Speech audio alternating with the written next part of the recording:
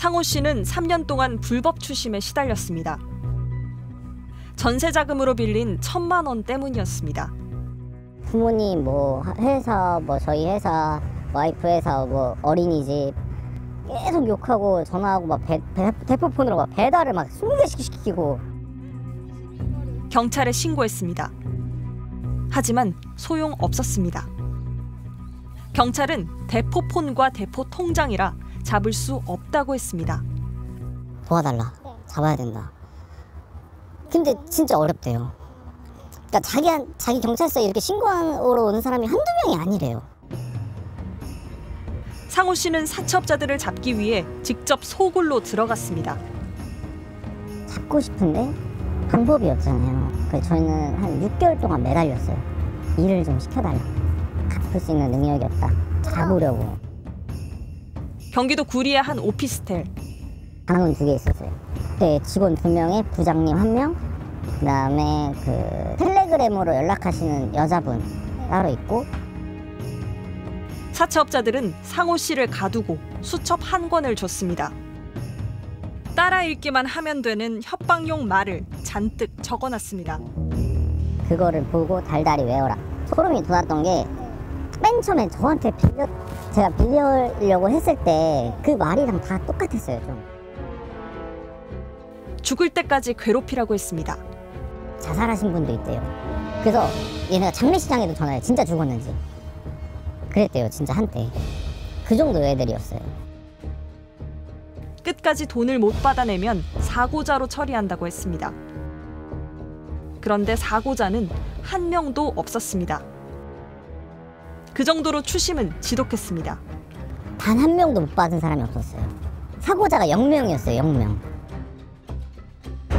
누가 사고자인지 업자들끼리 정보도 공유한다고 했습니다. 그럼 사고자 등록을 해요. 돈을 갚았었던 애인지 안 갚았었던 애인지 돈을 빌려주는 모든 대출업자가 그걸 알고 있다는 거예요. 돈 될 사람만 미리 걸러낸 겁니다. 빌려주기 전에도 모든 가족한테 전화를 해봐요. 저희 보험사인데도 아버님 맞으시죠? 이렇게. 근데 그 중에서도 추심을 당했던 부모도 있을 거 아니에요.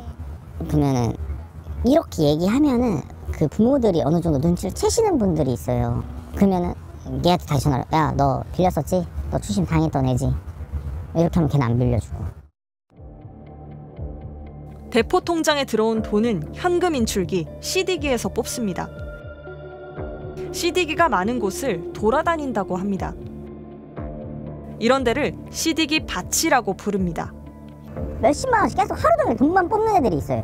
하루 종일 CD기만 돌아다니는 그 CD기 밭에서 너무 많이 뽑거나 너무 많이 입금을 하면은 그 은행에서 신고가 들어가니까. 상호 씨는 나흘 만에 도망쳐 나왔습니다. 돈을 대주는 윗선이 누군지는 알 수 없었다고 합니다. 한 5천만 원씩 박스로 돈을 담아요. 그럼 그거를 평택으로 보내요. 그럼 평택 가면은 파출소가 있어요. 그 앞에 박스를 놔요. 그럼 누가 가져가고. 사채업자들은 절대로 안 잡힐 거라고 자신합니다. 대포폰, 대포통장, 대포차를 써가며 수사망을 피합니다. 걸릴 거라는 생각은 안 하거든요. 왜냐하면 쓰는 휴대폰 자체도 대포폰이고 그리고 쓰는 통장 자체도 대포통장이기 때문에 돈 없으면 못 끊을 게 없습니다. 적발돼도 꼬리를 자르면 그만입니다. 저희 팀은 한 6명 정도 있었습니다.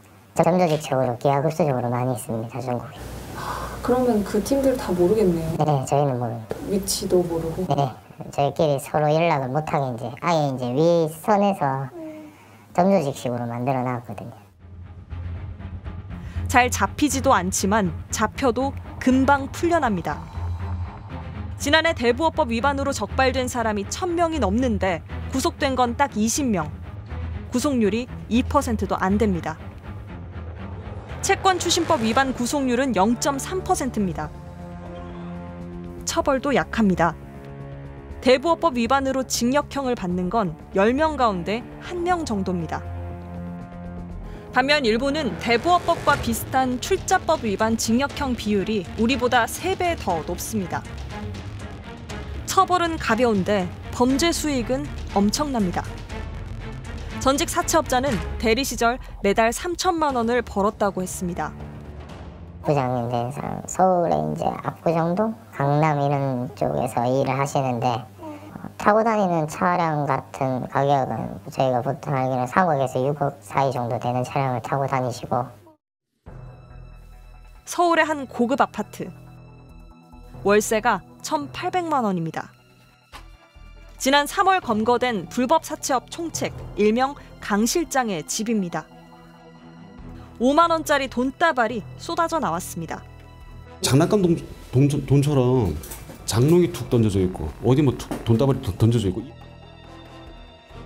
총책에 굴리는 차만 5대였습니다. 한 대에 수억 원 하는 람보르기니가 2대. 여기에 벤틀리, 포르쉐, 지바겐 같은 고가 수입차도 주차장에 있습니다. 경찰 수사에서 드러난 조직도입니다. 총책 32살 강 실장 등 조직원은 123명.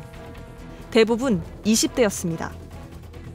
서울, 광주, 여수, 부산, 청주, 진천 등 전국 곳곳에 사무실을 뒀습니다. 검거에 대비해 가명을 썼습니다.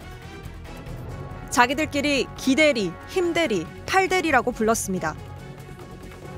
대신 처벌받는 바지 사장도 만들어놨습니다. 경찰에 가서 자수해라. 그러면 1년에 1억 줄게. 그리고 월 200씩. 그리고 변호사 다 선임해준다. 실제 변호사까지 다 선임해줬어요. 그래가지고 요 바지 사장들이 실제 경찰에 가서 허위 자수까지 했고요. 피해자 중에는 협박에 시달리다 유산하고 가정이 풍비박산난 경우도 있었습니다. 대부분 제도권 대출이 힘든 영세 상인, 저소득층, 취업 준비생들이었습니다. 위험한 돈인데 써보겠냐, 그걸 왜 써? 이렇게 되지만 저희 같은 사람들은 쓰게 돼요. 양심의 가책을 느껴 일을 그만뒀다는 전직 사채업자는 꼭 하고 싶은 말이 있다고 했습니다. 아무리 힘들더라도 이제 불법 사채는 절대 쓰지 않는 걸 절대로 정말 절대로 쓰지 않는 걸 쓰지 말았으면 좋겠습니다.